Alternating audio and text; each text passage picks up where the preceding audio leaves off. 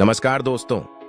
एक समय माता लक्ष्मी भगवान विष्णु के समक्ष बैठी हुई थी और चिंतित विचारों में डूबी हुई थी।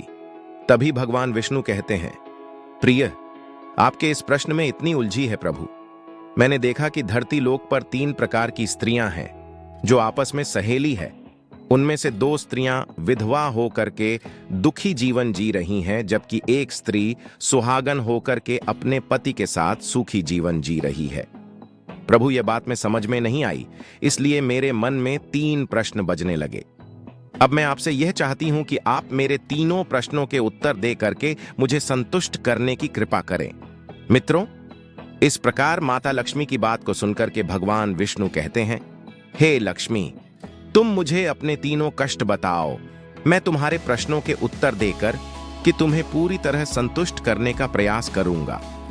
अब माता लक्ष्मी कहती है, प्रभु, मेरा पहला प्रश्न है, कौन सी चीजें ऐसी हैं जो एक पत्नी अपने पति को मांगने से भी नहीं देती?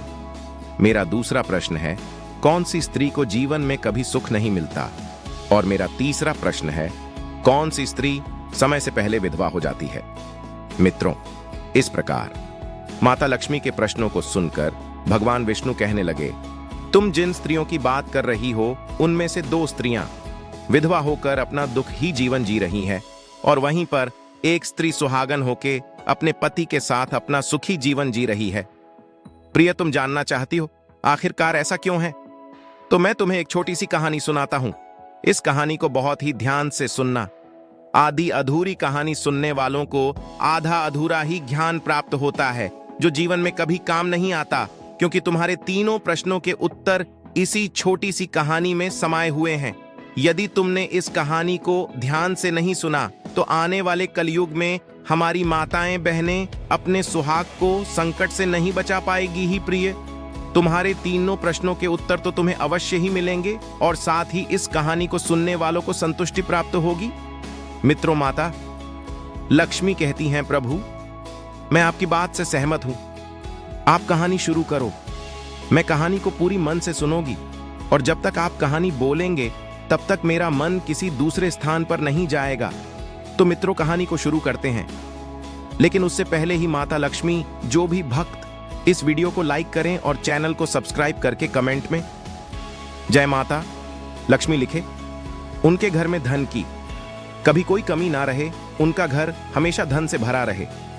भगवान विष्णु कहते हैं, लक्ष्मी, सबसे पहले मैं तुम्हें उस स्त्री की कहानी सुनाता हूं जो सुहागन बंद करके अपना सुखी जीवन जी रही है। देखो, जिस सुहागन स्त्री की तुम बात कर रही हो, उसके पति को राजा के दरबार में सभी के सामने फांसी लगने वाली होती है, क्योंकि उसने एक व्यक्ति से शर्त लगाया हुआ था कि अगर उसकी पत्नी चरित्रहीन निकली तो वह उस शर्त के अनुसार फांसी पर चढ़ने के लिए तैयार है। हालांकि राजा रानी और साथ ही पूरे गांव वाले को भी यही लगता था कि उसकी पत्नी एक पतिव्रता पत्नी है, जो अपने पति का बहुत सम्मान करती है, और सभी को यही उम्मीद था कि इसका पति यह शर्त कभी नहीं हार सकता। अब उस शर्त के हिसाब से उसे 2 दिनों में फांसी मिलने वाली थी, और इस प्रकार से जब राजा उससे उसके आखिरी इच्छा के बारे में पूछता है कि तुम्हारा अगर कोई आखिरी इच्छा है तो हमें बताओ, हम उसे अवश्य पूरी करने की कोशिश करेंगे, तब वह व्यक्ति, जिसका नाम मोहन है, वह कहता है, मैं अपनी पत्नी से अंतिम बार मिलना चाहता हूं। इस प्रकार राजा ने मोहन को आज्ञा दी कि ठीक है, तुम अपनी पत्नी से मिल सकते हो। फिर मोहन अपने घर गया और अपनी पत्नी से कहा कि आपने मेरे साथ में बहुत बड़ा विश्वासघात किया। मैंने आपके विश्वास पर राजा के दरबार में भरी सभा के सामने एक व्यक्ति से ऐसी शर्त लगाई कि अगर मेरी पत्नी का पतिव्रता धर्म को नष्ट कर दे तो मुझे फांसी लगा देना। अब मुझे 2 दिनों में फांसी लगने वाली है। मेरे साथ विश्वासघात करके तुमने ठीक नहीं किया। हालांकि दोस्त, तो बात कुछ दिनों पहले की है। एक नगर में मोहन नाम का व्यक्ति रहता था, और उसे अपनी पत्नी पर पूर्ण विश्वास और भरोसा था कि वह पतिव्रता है, जिसकी महिमा वह अपने साथियों में बार बार करता था। नगर में सभी लोगों को उस पतिव्रता पत्नी को देखकर आश्चर्य होता था कि इसके परिवार में इतना प्यार, आर और सुख कैसे है, और इसके घर का दिया हमेशा कैसे जलते रहता है। और ये बात नगर में फैलते फैलते एक दिन राजा के दरबार तक पहुंच गई, और जब राजा और रानी ने उस परिवार के बारे में सुना तो उन्हें भी यह सुनकर बहुत आश्चर्य हुआ। तब राजा ने क्या किया कि रात के समय रानी के साथ अपने महल से नगर की ओर देख रहा था तो उन्होंने देखा कि नगर के सभी घरों में दिया बुझ चुकी थी, लेकिन मोहन के घर में दिया अभी तक जल रहा था। तब रानी महाराज से कहती हैं, थे स्वामी, ऐसा क्या है इन दोनों के बीच में जो कि इसके घर का दिया अभी तक जल रहा है। फिर कुछ दिनों के बाद राजा ने अपने सिपाहियों को बोलकर मोहन को राज दरबार में बुलवाया और उससे कहा कि तुम्हारे घर का दिया हमेशा कैसे जलते रहता है? तुम हर किसी से कहते हो कि तुम्हारी पत्नी पतिव्रता है। क्या वास्तव में आपकी पत्नी पतिव्रता है? क्या आपको पूर्ण विश्वास है? इस प्रकार राजा की बात सुनकर के मोहन कहने लगा, महाराज, मुझे पूरा विश्वास है और पूरे से भी आगे विश्वास है कि मेरी पत्नी पूरी तरह पतिव्रता है। अब उसी समय दरबार में एक व्यक्ति था जो कहने लगा, यदि मैं तेरी पत्नी का पतिव्रता धर्म खंडित कर दो तो तुझे क्या सजा मिलनी चाहिए? दोस्तों, इस व्यक्ति को स्तरीय जांच पर बिल्कुल भी भरोसा नहीं होता था, क्योंकि उसकी खुद की पत्नी उसे धोखे में रखती थी और दूसरे पुरुषों के साथ संबंध बनाया करती थी। इसी बातों से परेशान होकर वह व्यक्ति राज दरबार में अपने पर अपनी से अलग होने का फैसला करवाने आया था। इस व्यक्ति का स्तरीय जांच से पूरी तरीके से विश्वास उठ चुका था और उसे लगता था कि कोई भी स्त्री पतिव्रता नहीं होती। इसलिए मोहन से शर्त लगा लेता है कि मैं साबित कर सकता हूं कि तुम्हारी पत्नी पतिव्रता नहीं है, वो बस तुम्हें धोखे में रख रही है। फिर कहता है कि यदि तुम मेरी पत्नी का पतिव्रता धर्म खंडित कर देते हो तो महाराज आप मुझे फांसी लगा देना, लेकिन यदि यह व्यक्ति मेरी पत्नी का पतिव्रता धर्म खंडित नहीं कर पाए तो इसको सजा क्या मिलनी चाहिए? तो राजा ने कहा, इस व्यक्ति को भी फांसी की सजा दी जाएगी। तब उस व्यक्ति ने स्वीकार कर लिया और मोहन से पूछा कि ऐसा क्या वस्तु लाओ जिससे तो माने कि मैं तेरी पत्नी का धर्म खंडित करने में सफल रहा। तो मोहन ने उस व्यक्ति से कहा, यदि तुम मेरे घर से जाकर के मेरे विवाह के समय पर मुझे एक तलवार मिली थी, वो मेरी पत्नी ने बहुत ही संभाल कर रखी है, जो हमारी सुहाग की निशानी मानी जाती है। यदि तू वह तलवार लाकर मुझे दिखा दे तो मैं मान जाऊंगा कि मेरी पत्नी का धर्म तूने पूरी तरह से नष्ट कर दिया। अब शर्त स्वीकार हो जाने के बाद में वह व्यक्ति नगर की ओर जाता है और एक ड्यूटी से जाकर मिलता है। दोस्तों, वह दुती हमेशा एक दूसरे से भिड़ने का काम करती थी और जो काम कोई नहीं करता था वह काम करने में भी वह सक्षम थी। फिर इस प्रकार उस व्यक्ति ने उस ड्यूटी को अपने स्वार्थ के लिए बुलाया और ड्यूटी से कहा कि देखो, इस नाम का एक व्यक्ति है, उससे मेरी शर्त लगी है। और फिर उसने उस संत के बारे में उसको सारा कुछ बता दिया और वो उस ड्यूटी से कहने लगा, तो कैसे भी करके उस स्त्री से मेरा संपर्क करवा दे, तुझे जितना धन चाहिए मैं उतना धन दूंगा। इस प्रकार उस व्यक्ति की बात सुनकर के दुती कहने लगी, भाई, तो उस औरत के बारे में बात मत कर, वो औरत पूरी तरह से पतिव्रता है। गांव में कोने कोने तक यह बात फैली हुई है। वो तेरी ओर चूकेगी भी नहीं, तेरी शक्ल भी नहीं देखेगी और उनके परिवार के व्यक्ति खूंखार है, तेरी खाल उतार ले होंगे। तब वह व्यक्ति डर जाता है और सोचता है, अगर मैं शर्त हार गया तो महाराज मुझे फांसी पर चढ़ा देंगे। वह व्यक्ति इस बात से डरकर दूती से कहने लगा, ठीक है, यदि तू मेरा उससे संपर्क नहीं करवा सकती है तो एक काम कर दे, उसके घर जाकर के तलवार चुरा कर ला दे और उसकी पत्नी के गुप्तांग के पास में यदि कोई चिन्ह हो तो वह भी मुझे देख करके बता दे, फिर मैं तुझे मुंहमांगा इनाम दूंगा। यह बात दूती की समझ में आ गई और उसने कहा, ठीक है, मैं तुम्हारा काम अवश्य करूंगी। तब वह दूती मोहन के घर की ओर जाती है। उसकी पत्नी से जाकर बोलती है, मोहन कहाँ है? आप उनकी पत्नी हो। क्या नगर में आप लोगों के बारे में काफी कुछ सुनने को मिला और मुझे यह जानकर बहुत खुशी हुई। वैसे मैं मोहन के बचपन की दोस्त हूं। हम लोग बचपन में काफी समय एक साथ बिताए। मोहन और मेरे बीच काफी गहरी दोस्ती थी। और फिर दूती कहती हैं, मैं काफी दिनों के बाद आज अपने गांव आई हूं और सोचा क्यों ना एक बार मोहन से जाकर मिलाए। और दूती उस स्त्री से पूछती है, मोहन आखिर कहाँ है? कहीं दिखाई नहीं दे रहा। फिर उस स्त्री ने कहा, वह कुछ काम से शहर गए हैं, वो 3 से 4 दिनों में आ जाएंगे। हालांकि दोस्तों, यह बात दूती को पहले से ही पता था कि मोहन कोई काम से शहर गया हुआ है। उसके बाद उस पतिव्रता स्त्री ने कहा, आप अंदर तो आओ, मैंने आपको पहले कभी देखा नहीं, इसलिए पहचान नहीं पाई। और इस प्रकार उस ड्यूटी को उस पतिव्रता स्त्री ने बहुत बड़ा सम्मान दिया मगर उसे क्या मालूम था कि यह उसके साथ में छल करने आई है। इस प्रकार वह दूती उस पतिव्रता स्त्री के साथ में बैठकर बातें कर रही थी। आप कुछ समय बाद उसने उस पतिव्रता स्त्री से पानी मांगी, और जब वह पानी लेकर आई तब दूती ने चालाकी से पानी का ग्लास उसके कपड़े के ऊपर गिरा दिया, जिस वजह से उस पतिव्रता स्त्री को कपड़ा बदलना पड़ा।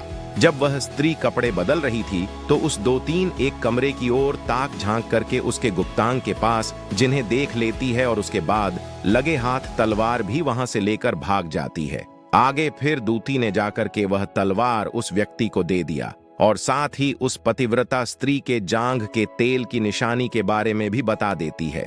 फिर वह व्यक्ति तलवार लेकर के सीधा राजा के दरबार में पहुंचा और राजा से जाकर कहा, महाराज, मैंने मोहन की पत्नी के साथ में 2 दिन बिताए और यह तलवार उसी के हाथों से लेकर आया हूं। फिर तो राजा ने दरबार लगाया और मोहन को बुलाया तथा उस व्यक्ति से सभा में तलवार दिखाने के ले कहा। फिर राजा की आग व्यापार करके उस व्यक्ति ने मोहन को तलवार दिखाई और उसकी पत्नी की जांघ की तेल के बारे में भी बताया। दोस्तों, उस व्यक्ति के मुख से ये सभी बातें सुनकर मोहन मान गया कि वास्तव में आज मेरी पत्नी ने अपना पतिव्रता धर्म पूरी तरह से भंग करवा लिया। यह सब देखते हुए राजा ने फांसी का दिन 2 दिन के बाद में रख दिया और कहा कि मोहन को 2 दिन के बाद में फांसी पर चढ़ाया जाएगा। और इस प्रकार मोहन से उसकी आखिरी इच्छा पूछी गई तो तब वह अपनी पत्नी से जाकर मिला। उस पतिव्रता स्त्री ने अपने पति को सारी बात बताई, मगर उसे विश्वास नहीं हुआ और वह राजा के दरबार में वापस पहुंच गया। अब मोहन राजा के दरबार में पहुंचा तो फिर उसे टैब में डलवा दिया गया। अब उधर मोहन की पतिव्रता पत्नी ने परमात्मा को याद किया और अपना भेष बदल करके राजा के दरबार में गई और राजा से नाच दिखाने की आज्ञा मांगने लगी, क्योंकि वह स्त्री बहुत ही सुंदर थी और उधर राजा भी नृत्य देखने के शौकीन थे। इसलिए रहा जाने मंत्रियों को आज्ञा दे दी कि इस सुंदरी का नाच करवाने की पूरी व्यवस्था करें। फिर तो सब मंत्री महामंत्री राजा आदि दरबार में उपस्थित हुए और फिर मोहन की धर्मपत्नी ने जब नाचना शुरू किया तो राजा को उस स्त्री का नाच बहुत ही सुंदर लगा। और तब राजा ने कहा, तुम मुझसे क्या मांगना चाहती हो? तुम जो भी मांग होगी मैं तुम्हें वह दूंगा। तब उस पतिव्रता स्त्री ने कहा, महाराज, आपकी सभा में मेरा एक चोर है जिसने मेरे रुपये लिए थे मगर आज तक वापस नहीं दिया। उसे फांसी की सजा दे दीजिए। अब राजा ने कहा, ठीक है, बताओ मेरे दरबार में तुम्हारा चोर कौन है? उसका नाम क्या है? मैं उसको फांसी की सजा अवश्य दूंगा। फिर उस पतिव्रता स्त्री ने कहा, महाराज, ये व्यक्ति मेरा चोर है, आप इनको फांसी की सजा अवश्य दें। अब उधर जैसे ही वह व्यक्ति ने सुना कि यह सुंदरी मुझे अपना चोर बता रही है तो वह व्यक्ति कहने लगा, महाराज, मैं कसम खाकर कहता हूं कि मैंने इसका कभी कुछ नहीं चुराया है। मैंने इसे आज तक कभी देखा ही नहीं है, तो मैं चोरी कैसे कर सकता हूं? मैंने आज तक इसकी शक्ल भी कभी नहीं देखा है। जैसे ही उस व्यक्ति ने कहा कि मैंने इस सुंदरी की आज तक शक्ल ही नहीं देखा तो वह सुंदरी कहने लगी, महाराज, अगर यह व्यक्ति मुझे जानता ही नहीं है तो आप इससे यह पूछो कि यह तलवार कहां से लाया था।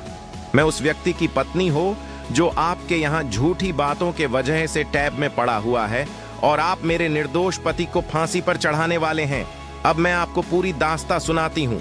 ये जो व्यक्ति आपके सामने खड़ा है, इसने मेरे पास अपनी एक दूती को भेज करके मेरी जांघ के तेल का पता लगाया और उसी ने यह तलवार चुरा करके इसको ला करके दिया। और इस व्यक्ति के द्वारा भेजी गई टूटी जब मेरे घर पर आई थी तो उसने मुझसे कहा था कि वह मेरे पति के बचपन की दोस्त है और वो मेरे विवाह के बाद पहली बार मेरे घर आई थी, इसलिए मैं उस दूध को पहचान नहीं सकी।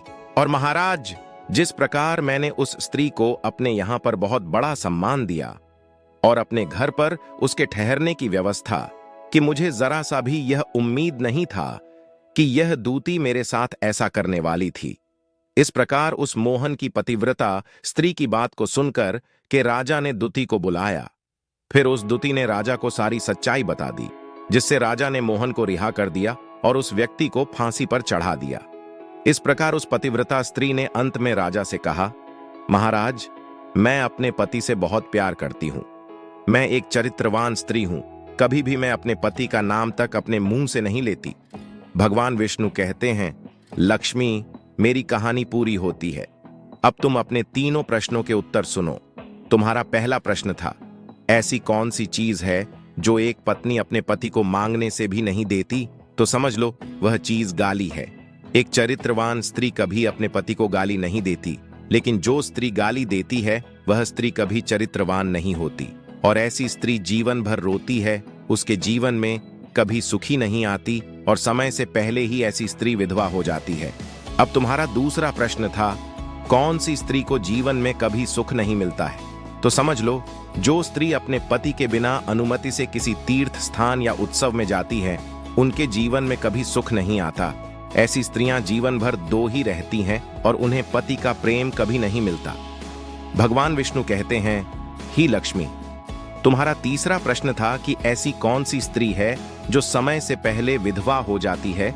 तो जो स्त्रियां अपने पति का नाम लेती है वह समय से पहले विधवा हो जाती है, क्योंकि पति का नाम लेने से पति की उम्र कम हो जाए आती है और समय से पहले ही उनके पति की मृत्यु हो जाती है। ऐसी स्त्रियां जो पति का नाम लेती हैं वह समय से पहले ही विधवा होकर के एक दुखी जीवन जीती है।